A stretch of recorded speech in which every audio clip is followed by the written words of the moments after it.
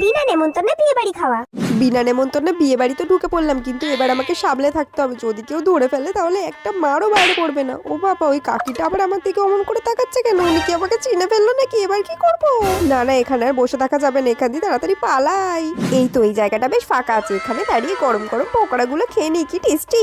বিনা নেমন্তন্নের বিয়ে বাড়ি তো খাচ্ছি, কিন্তু এটা ছেলের বিয়ে হচ্ছে না মেয়ের বিয়ে হচ্ছে সেটাই তো আমি জানি না। দূর ছাতা, অত জেনে আমি কি করব? আমার খাওয়ার কাজ খেয়ে বেরিয়ে চলে যাব। স্টার্টার অনেক খেয়ে নিয়েছি, যাই এবার মেন কোর্স খাওয়া শুরু করে দিই। কেউ আমাকে ধরে ফেলার আগে বিয়ে বাড়ির খাবার দাবার শেষ করে বেরিয়ে যেতে হবে। যদি একবার ধরে ফেলে তাহলে খুব মারবে, তখন কি করবো? এই টিস্যু দিয়ে মুখটা ঢেকে নি, যাতে কেউ আমাকে চিনতে না পারে।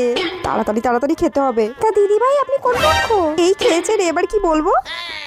আমি তো বরের দিদির বন্ধু হই। ও, তার মানে আপনি আমার বন্ধু, কারণ বরের দিদি তো আমি।